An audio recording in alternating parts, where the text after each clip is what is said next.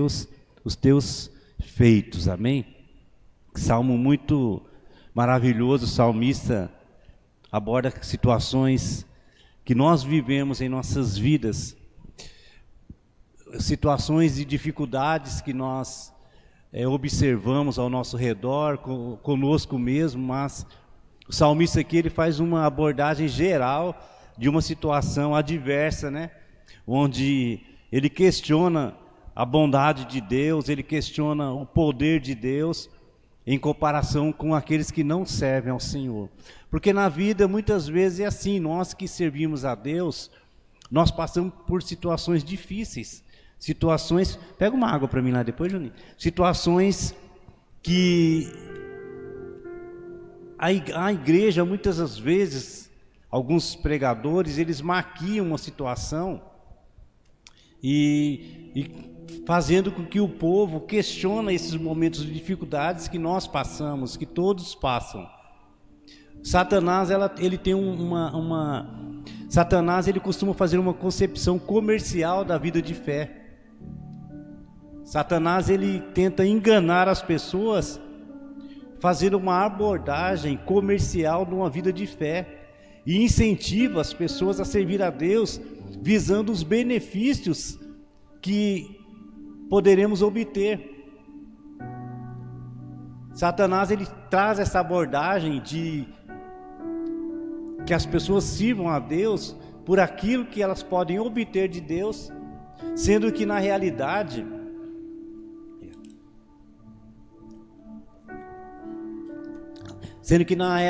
uma vida normal das pessoas, ela é feita de altos e baixos, né? A nossa vida normal, ela é feita de altos e baixos. Em alguns momentos da vida nós estamos super bem, felizes, alegres, né? Em alguns outros momentos nem tanto. Nós estaremos passando por algum problema, seja ele de ordem financeira, ordem de saúde, ordem familiar, e faz com que nós vivemos esse balanço, né? E o salmista, nesse Salmo 73, ele aborda esse tema. Ele se encontra desesperançoso quando ele olha ao seu redor e vê tudo isso acontecendo. Ele olha um povo ímpio prosperando, e ele, nesse momento, ele passa por dificuldades aí em alguma área da sua vida, e ele questiona Deus até que ele se encontra com o Senhor. Esse cântico que nós cantamos é maravilhoso, é Deus que nos fortalece, é Deus que nos levanta, é Deus que nos ergue. Então nós que servimos a Deus, nós vivemos felizes, independente da situação que nós estamos vivendo. O verdadeiro adorador de Deus, ele é feliz, né, dentro do contexto em que ele vive. Ele não depende de momentos, né? É evidente que a alegria, ela transborda em alguns momentos da nossa vida. Todo ser humano normal não vai estar sorrindo aí diante de uma dificuldade que está passando. Mas essa natureza de calma, essa calmaria, ela é interna, né? Ele passa por aqueles problemas sem se desesperar, como alguns passam nos momentos de maiores dificuldades. Então isso é a vida do cristão. Então nós jamais poderemos ter uma vida pautada numa concepção comercial da nossa vida de fé, e jamais servir a Deus visando o benefício. Por isso que as igrejas, os cultos de oração, os cultos de aprendizagem da palavra, eles são vazios em todas as igrejas, porque as pessoas, os cultos no domingo em especial, nós tratamos como culto evangelístico, né? Para atrair as pessoas, para que as pessoas venham até a casa do Senhor e que elas possam devagar ir chegando, mas a intenção maior é trazê-las até os cultos de doutrina, de ensino da palavra, para que elas possam crescer verdadeiramente, né? E então, mas a grande maioria gostam apenas do culto de domingo, porque geralmente as pregações de domingo são pregações que vai te encher você vai sair daqui fortalecido para enfrentar uma semana aí talvez de batalha, né, que é válido também essa abordagem, mas sobretudo nós precisamos adorar esse Deus maravilhoso nosso como um todo, né, nos momentos bons e nos momentos também não tão bons. E é isso que o salmista, no Salmo 73, ele nos traz. Ele traz verdades para as nossas vidas, para que nós, quando passarmos por situações, nós venhamos a continuar avançando, mesmo nesses momentos difíceis que a vida nos coloca em algumas vezes. Graças a Deus a gente está passando, a nossa família passa por um momento legal, mas houve épocas aí, períodos que nós passamos por dificuldades aí em nossa vida, e é normal, é algo normal que acontece, né? Por isso que a gente tem que servir a Deus em todos os momentos. Servir a Deus não por aquilo que Ele pode nos dar, mas aquilo que Ele é, aquilo que Ele representa. E quando nós agimos aí maduros na fé, a gente começa a viver esse manancial de Deus sobre as nossas vidas, esse potencial que Deus derrama sobre a nossa vida. Ele nos quer seres maduros, né? Não bebês frágeis aí nas mãos de pessoas que nos induzem para lá e para cá. Então, o salmista nos traz essas lições aí, lições tal que faz com que nós restauremos a nossa esperança em momentos difíceis, momentos pessoais e momentos coletivos também, né? O Brasil, nosso país, passa por um momento difícil, uma baderna, uma bagunça, né? E que nós somos prejudicados. Quando nós olhamos como um todo para a nossa nação, a gente fica entristecido, porque nós sabemos que pagamos os salários desses nossos políticos, salários altíssimos, e nós colhemos tão pouco, né? Pagamos altos impostos, e não deveria ser assim. Eu fico triste, irmãos, quando uma nação comemora ainda que está conseguindo acabar com a fome. Isso é muito triste, isso aí. As pessoas que vão trabalhar, uma pessoa que trabalha numa obra aqui no Brasil, luta para conseguir comprar um prato de comida. E quando essa pessoa vai para os Estados Unidos, por exemplo, chega lá, a primeira coisa que compra é um caminhonete para trabalhar. Chega lá, ela vai trabalhar de caminhonete, que é apenas pessoas ricas aqui no Brasil. E a gente fica se gabando porque saímos do mapa da fome. Isso é um absurdo. Isso aí é ser nivelado por baixo. Então a gente precisa lutar contra isso. Nós, cristãos, que estamos aprendendo o tempo todo a palavra de Deus, adquirindo sabedoria de Deus, nós precisamos fazer a diferença na nossa sociedade, para que os nossos filhos sejam melhores, para que a nossa sociedade seja melhor. Então, assim, o salmista, ele se indigna como nós nos indignamos nos dias de hoje, quando nós olhamos essa situação terrível que nós enfrentamos aí, onde todos, irmãos, os nossos políticos nos decepcionam. Mas eu não quero falar de política, eu quero falar sobre as nossas vidas aqui. Então eu quero trazer algumas lições para nós aqui, que você que de repente passa por situações difíceis aí na sua vida, que vem a estar até sem esperança de dias melhores, de forma pessoal. Eu quero trazer algumas verdades que eu já falei tanto aqui nessa igreja, para que a sua vida seja melhor. Primeira verdade que o texto nos mostra é que nós devemos visualizar mais as bênçãos que nós temos em Deus e nos esquecer das tristezas, dos momentos de tristezas que nós passamos, que isso faz parte. Potencializar a nossa visão nas bênçãos que Deus tem nos dado, porque nós temos muitos motivos para comemorar. Se nós fazermos uma abordagem de alguns anos atrás, esses dias atrás eu passei, não sei se foi com a Joelma ou com alguém, aonde eu nasci, na casinha onde eu nasci. Foi com você, Jô? Foi com a Joelma. Eu passei lá na casinha, ali na rua Iracema Carvalho, Noronha. A Marilu se lembra ali. A gente viveu 19 anos ali. A casinha está quase caindo ali. de madeira, quase caindo, baixinha ali.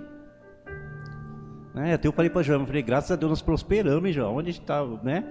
A gente for olhar isso aí do tempo que nós passamos aí, nós prosperamos. E então as bênçãos que nós temos são maiores do que as tristezas. É que nós geralmente nós olhamos apenas, nós potencializamos mais as tristezas passadas. Spurgeon disse uma frase interessante, Charles Spurgeon: costumamos escrever as bênçãos e alegrias. Olha só que interessante essa frase. Costumamos escrever as bênçãos e alegrias na areia da praia, e as tristezas e decepções em pedras de mármore.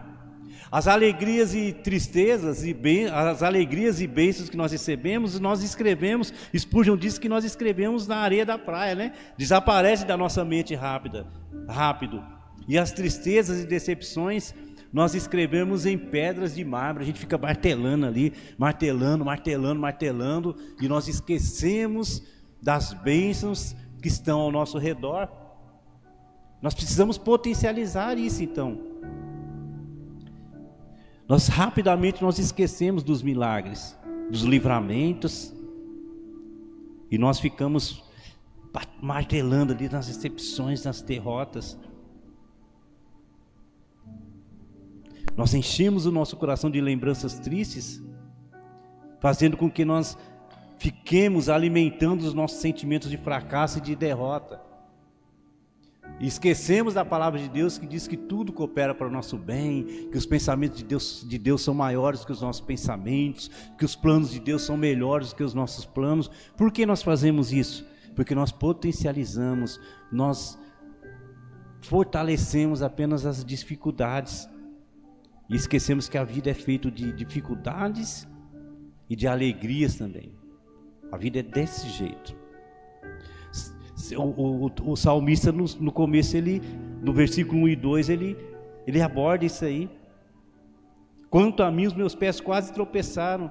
Quando ele olha ali aquela situação, ele vacila. Lá em Jó também, capítulo 29 de Jó, ele faz essa abordagem de tristeza do passado. O versículo 2 e 3 de Jó, capítulo 29. Quer ver o que diz o Jó, capítulo 29, versículo 2 e 3?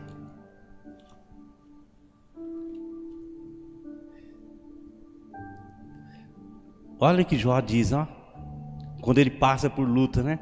Como tenho saudade dos meses que se passaram, dos dias em que Deus cuidava de mim, quando a sua lâmpada brilhava sobre a minha cabeça, e por sua luz eu caminhava em meio às trevas. Olha só, Jó pensando, olha como que eu tenho saudade do tempo que Deus cuidava de mim.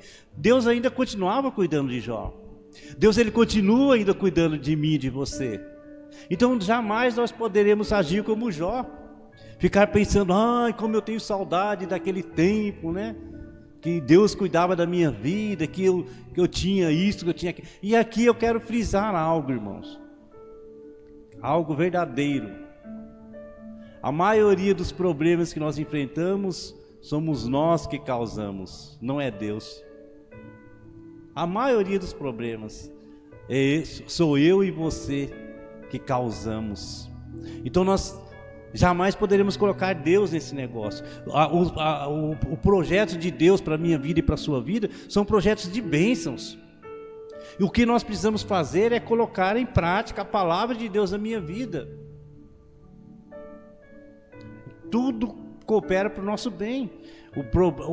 A questão é que os problemas nós causamos.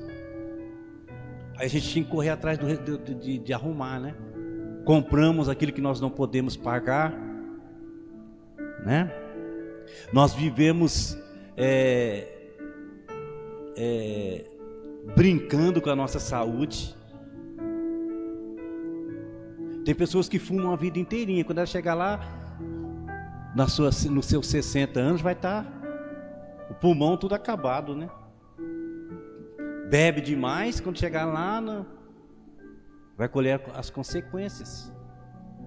Então nós precisamos ter sabedoria para viver, para que nós não venhamos a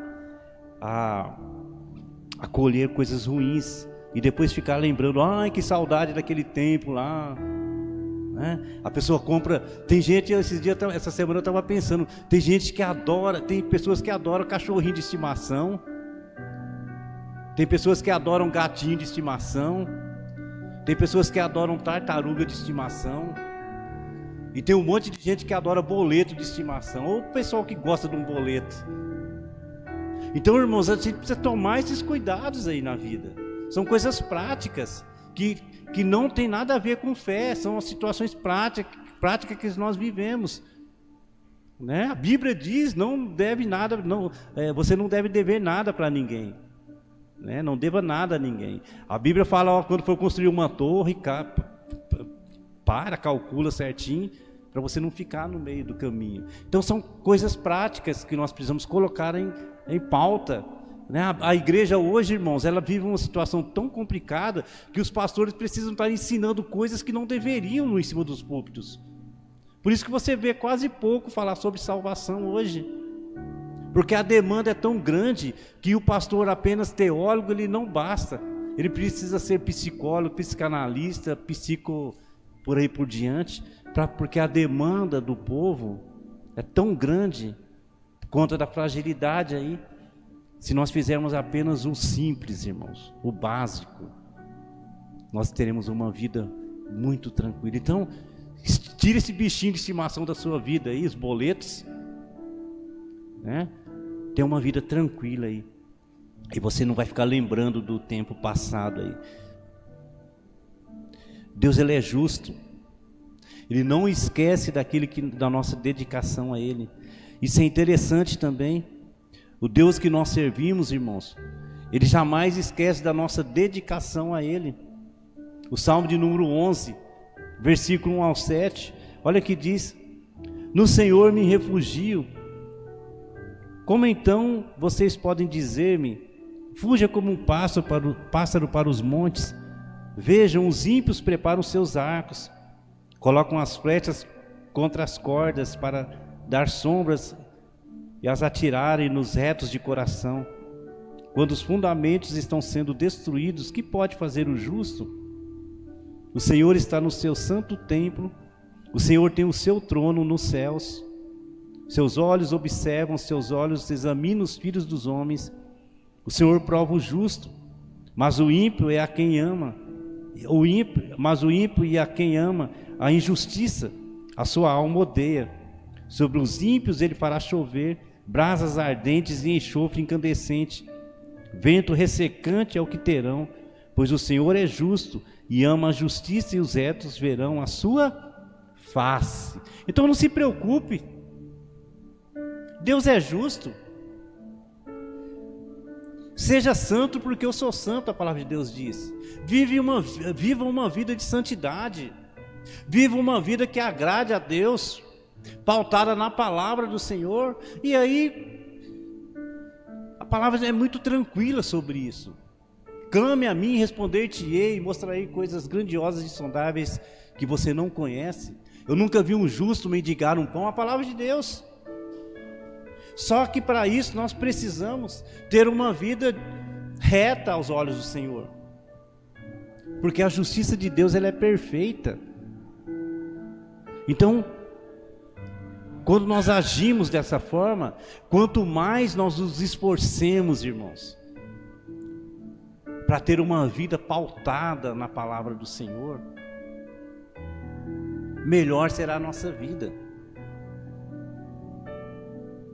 Eu fiquei feliz nesses dias, eu estou bem feliz esses dias.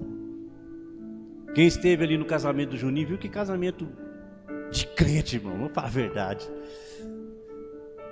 A gente tem ido, os pastores têm criticado muito alguns casamentos que eles têm ido.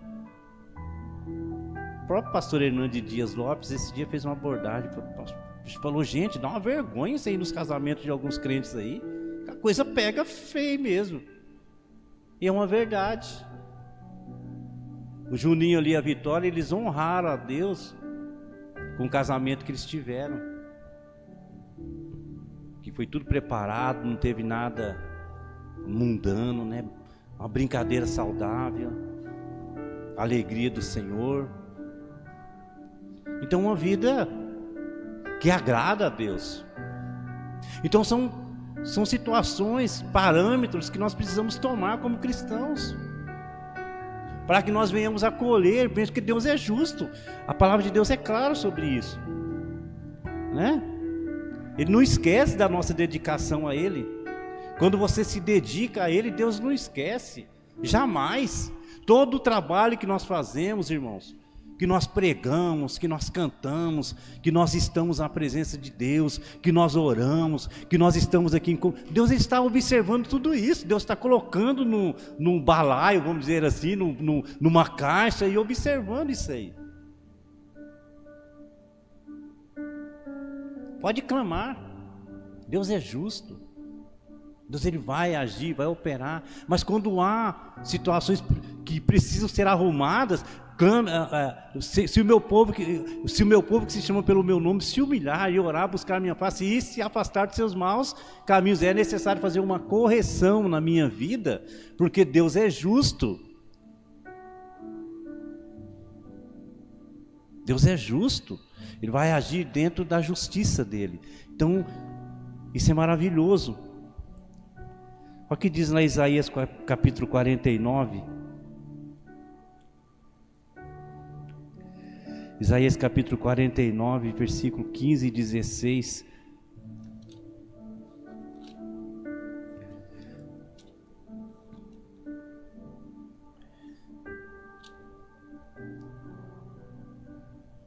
Haverá mãe que possa esquecer do seu bebê que ainda mama e não ter compaixão do filho que gerou? Embora ela possa esquecê-lo, eu não me esquecerei de você. Veja, eu gravei você nas palmas das minhas mãos. Seus muros estão sempre diante de mim. Então, irmãos, Deus ele é justo. Ele não esquece. Ele nos tem gravado. Ele sabe quem é o William, sabe quem é a irmã Odete, ele sabe quem é a irmã Cidinha. Deus ele conhece. Deus é maravilhoso. O Deus que nós servimos, que eu me apaixonei por Ele, é um Deus tão gigante que Ele sabe tudo. Ele conhece o íntimo do nosso ser. Por isso que a gente tem que ser tranquilo, irmãos, transparente.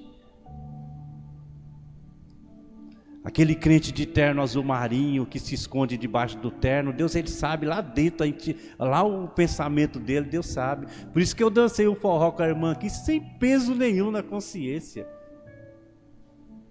Sem peso nenhum. Porque Deus conhece o meu coração. Sabe que não tinha maldade nenhuma. E Deus conhece também o coração do religioso, que veste o terno azul marinho, mas o coração cheio de maldade. Então, fique tranquilo, Deus é justo. Viva para o Senhor, se dedique a Ele. Isso é maravilhoso. Se dedique. Busque primeiro o reino e a justiça, né? Busque primeiro o reino de Deus e sua justiça, não apenas o reino, a justiça de Deus também. Terceira lição: Deus jamais vai nos deixar só. Nós cantamos aqui, é Deus que nos fortalece. Deus jamais vai nos deixar no meio de uma luta, irmãos, sozinho. Deus jamais vai nos abandonar no meio de uma batalha. Pode estar difícil a batalha, mas Deus vai estar lá com você. O Salmo 73 que nós estamos lendo aqui, a partir do versículo 12. Assim são os ímpios, sempre despreocupados, aumentam as suas riquezas. Aí o salmista começa a falar, né? Certamente foi inútil manter o puro coração e lavar as mãos na inocência, pois o dia inteiro sou afligido e todas as manhãs sou castigado. Aí o versículo 16 ele começa a acordar, né? Quando eu tentei entender tudo isso, achei muito difícil para mim, até que entrei no santuário de Deus, então compreendi o destino dos ímpios. Então, irmãos, o texto vai continuar falando. Deus ele jamais vai nos abandonar no meio de uma luta, sozinhos. Deus ele vai até as últimas consequências. Se precisar entrar na fornalha, Ele entra. Se precisar entrar lá junto com os leões, Ele entra. Porque Ele não nos abandona. O Deus que nós servimos, o Deus que você entregou a sua vida, Ele vai até o final com você. As pessoas, irmãos, em geral, elas vão até certo ponto com você. Os seus irmãos vão até um certo ponto. O seu pastor vai até um certo ponto, né? O grau de acompanhamento ele vai aumentando. Mas num dado momento você vai ficar sozinho. O único que vai até o fim contigo é Deus, porque Ele não nos abandona. Tem lutas que eu sei que é difícil, que a gente passa, que é muito complicado, que as pessoas vão nos deixando, né? Eu mesmo, quando eu estava no seminário, estava passando por um momento difícil, eu ouvi pessoas falando, não adianta ir com esse aí, quem for com ele vai se complicar. Eu ouvi isso, pessoas falando, não adianta, quem for vai se enrolar junto. Mas Deus, Ele foi até o final, por isso que eu estou aqui.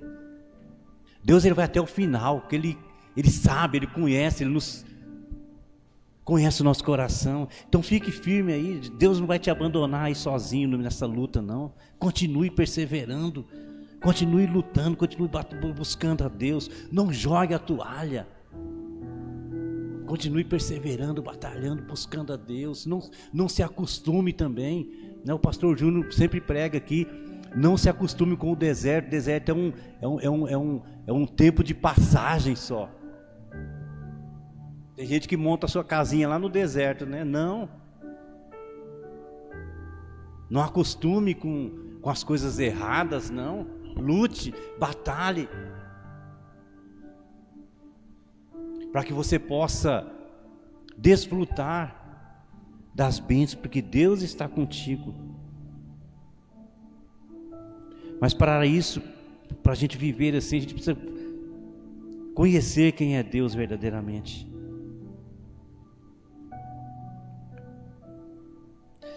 Para a gente passar por tudo isso, é necessário conhecer quem é Deus.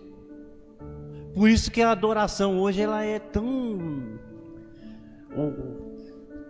água com algumas adorações, né? Algumas entregas para Deus é uma entrega tão superficial.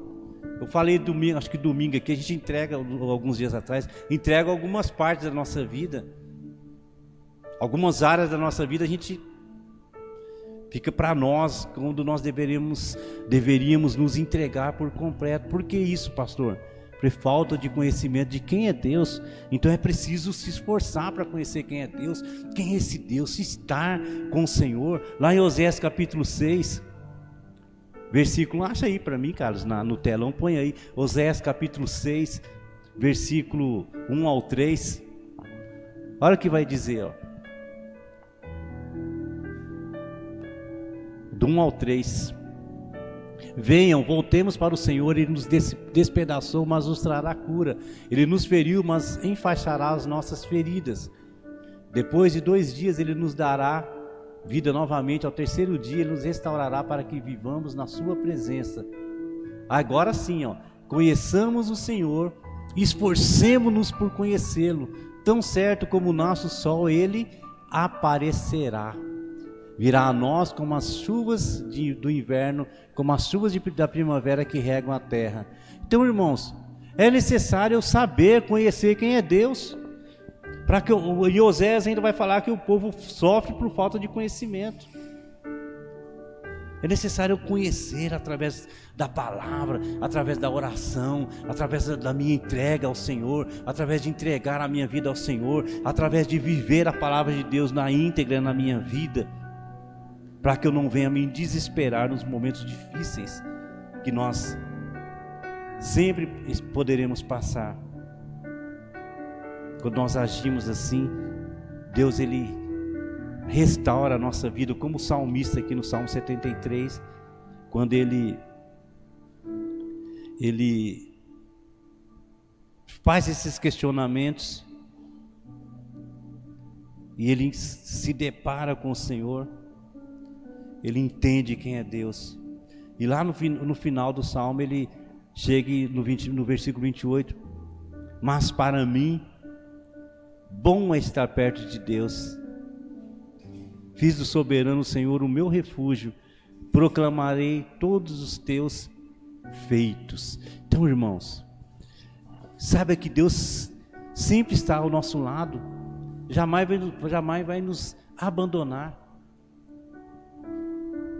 Procure se conhecer quem é Deus. Quem é esse Deus? Quem é esse Deus que eu estou servindo? Quem é esse Deus que as pessoas falam aí, que as pessoas estão o tempo todo? E quem é esse Deus? Procure, eu curioso, eu procurei saber quem é esse Deus. Quando me apresentaram a esse Deus. Quem é esse Deus? A minha mãe teve câncer, quem é esse Deus? Perdi um irmão de acidente, quem é esse Deus? Deus se apresentou. Eu sou o Deus que cura, eu sou o Deus que restaura, eu sou o Deus que mesmo na morte eu me apresento e dou alegria. É esse Deus que nós servimos. Então é preciso conhecer, né? Conhecimento íntimo, conhecimento profundo, para que eu possa me soltar, deixar Deus conduzir o meu barco. Vamos cantar para a gente orar aquele cântico que vocês cantaram aqui? É Deus que nos fortalece. Então, o salmista ele vive igual a nós, desesperançoso, mas ele se encontra com Deus e brota a esperança na vida dele. Talvez você esteja assim, precisando que Deus enche o seu coração de esperança. Saiba que Deus vai fazer isso, que Deus vai encher o seu coração de esperança, de alegria, né?